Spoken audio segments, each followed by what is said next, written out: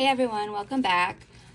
Today we're going to be exploring another creative resonance technique for working with tarot or oracle or Dixit, really any kind of imagery card, and it's called point of view. So the idea is simple but powerful, and the idea is that what if the story of the card or the interpretation or understanding of the card isn't necessarily being told by, the central figure that we would tend to focus on. And what if we shift the narrator or the perspective through which the story or the understanding is seen through? And to show you what I mean, I'm going to briefly explore the 10 of inspiration from the Muse Tarot. And in this process, in any type of work with tarot or imagery cards, we're leaving behind the traditional meanings to really focus on a more intuitive understanding. So in this card, there's a figure like walking on some kind of a path, and they're carrying this vase, and then behind them it looks like this like red desert kind of barren mountain landscape.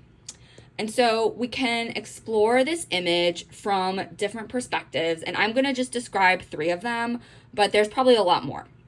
So the first one, and probably the most obvious one, is this central figure. So, are they alone? Are they tired? How do they feel? Did they choose the journey that they're on, or were they given it?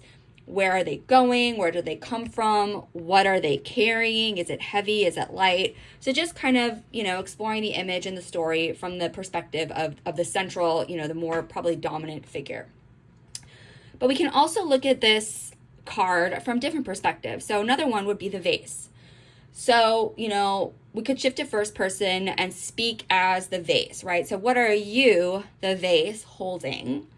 Is it water? Is it, something more metaphorical like dreams or stories? What is your purpose in this image, in this story? What's your role? Has this central figure forgotten what it is that you carry? And what do you want this central figure to do with you? Do you want to be set down? Do you want them to keep holding and carrying you?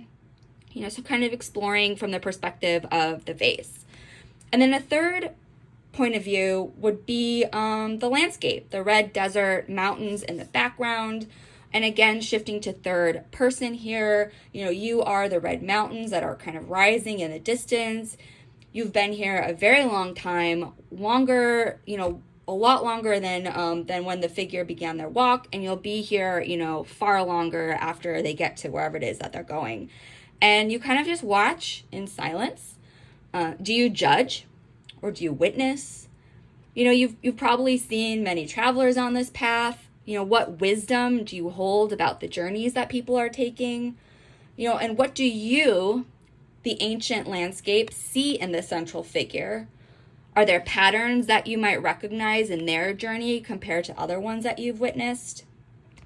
And then, of course, there's so many other pieces to pick up on, like the sky, the stuff that's coming out of the vase, even getting more granular, this farther mountain in the distance, these cows, this little brush down here. I mean, there's so many different perspectives that you could explore this image from.